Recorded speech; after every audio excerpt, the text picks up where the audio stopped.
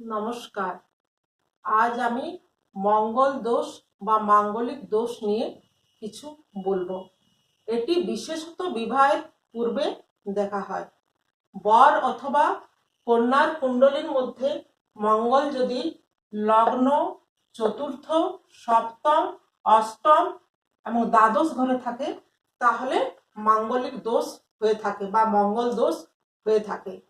মঙ্গল দোষ যাদের জন্মকুণ্ডলিতে থাকে তাদের বিবাহতে দেরি, দুজনের মধ্যে মতভেদ, বিবাহিত জীবনে অশান্তি, দুর্ঘটনার সম্ভাবনা, অত্যধিক রাগ, চোট, ব্লাড এবং স্কিন সম্বন্ধী রোগ দেখা দিতে পারে।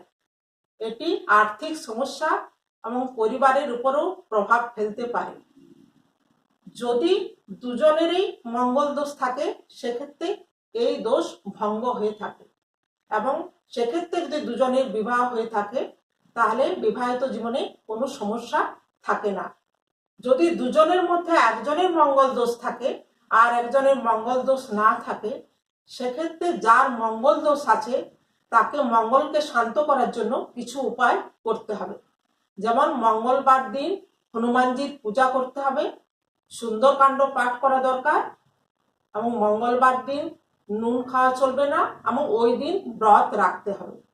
আপনি যদি এই উপায়গুলি করে থাকেন তাহলে আপনার বিবাহিত জীবনে মঙ্গলের খারাপ প্রভাব পড়বে না।